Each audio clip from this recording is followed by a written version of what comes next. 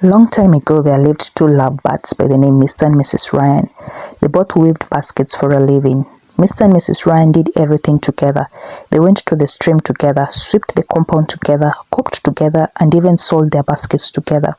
Their life was so simple and beautiful until some villagers started mocking them for not having children. Ryan's wife told her husband, "Honey, I know you love me so much, but I don't want to deny you the fulfillment of being a father.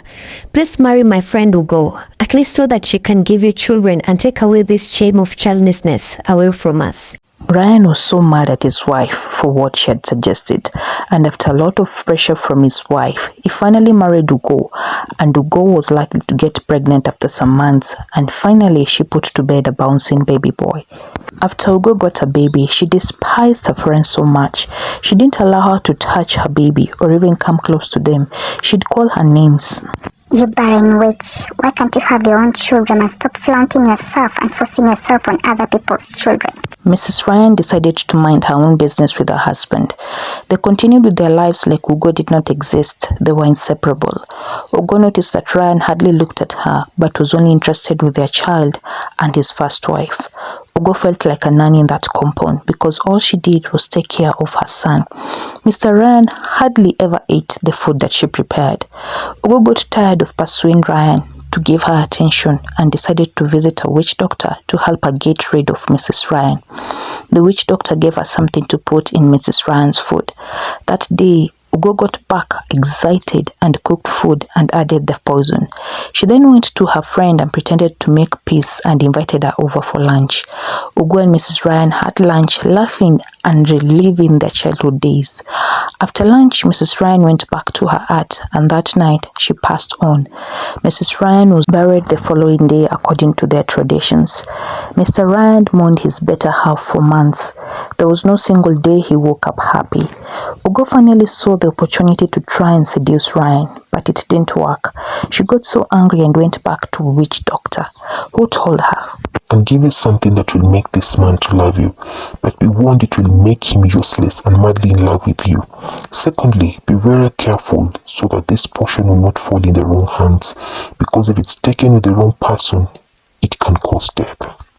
Ugo quickly agreed, and that night she made dinner and added the drops of the love potion. She then took the food to her husband's hut and watched him eat. After he had finished eating, he begged Ugo not to leave, and that night they slept together. The next morning, Ugo noticed that Ryan was cheerful after many months of mourning his wife. He was finally happy. He went to Ugo and helped Ugo to sweep the compound, to cook, and even to take care of their baby.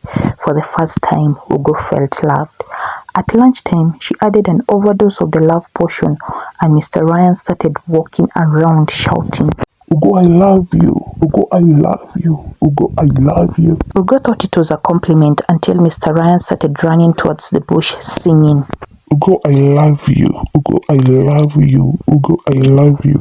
Ugo ran after her husband, only to find him drowning in the river. She tried to save him, but it was too late. Ryan drowned and died in the water. Ugo went back home crying, only to find her baby eating the food with the love potion. She remembered what the witch doctor said. If given in excess, it can kill.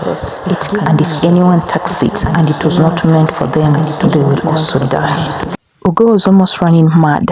Her son died in her arms. Ugo lost everything. She wept, but it was too late. Out of the guilt that she had, she ended up taking the bottle of the love potion, and she died with her son.